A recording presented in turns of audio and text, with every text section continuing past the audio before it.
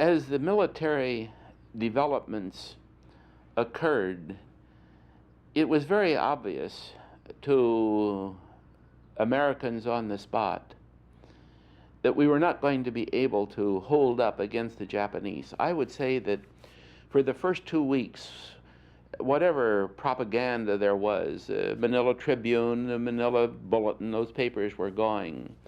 And the thrust of our propaganda had to be keep your chin up. And there were things, help is on the way, and shortwave would come in from the United States, and which would say, be brave and help will be here. And for maybe 2 weeks, I think that we kind of lived on the hope that help would be coming here. But it didn't take more than 2 weeks to be convinced that it just simply wasn't going to happen that way.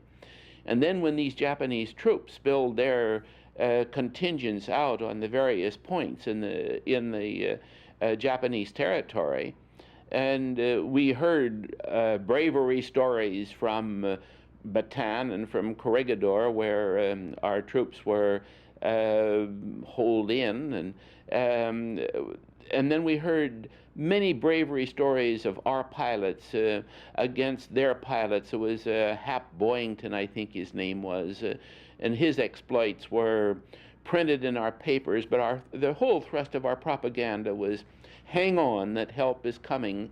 And then there was even this famous broadcast of President Roosevelt where the Filipinos heard him say, or at least they thought they heard him say, that we would pay you for every chicken that's lost. And this featured later in claims. But at any rate, this was it. But after a while, I would say December 20th, something like that, when we read the Japanese troops had landed, then we had to begin to plan realistically.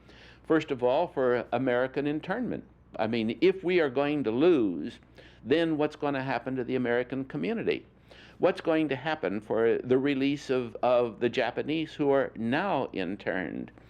And how are we going to say to the Philippine people, we Americans will come back? That's the best that you could say.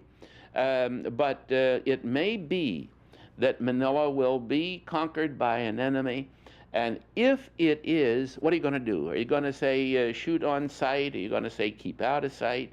And our thoughts had to be geared toward how are we going to prepare Filipino people for what might be an honest-to-goodness defeat.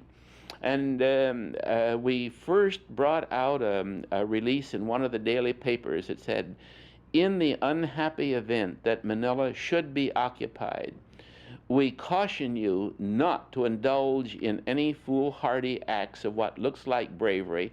Don't take a shot at anybody. And the best thing to do is to keep off the street.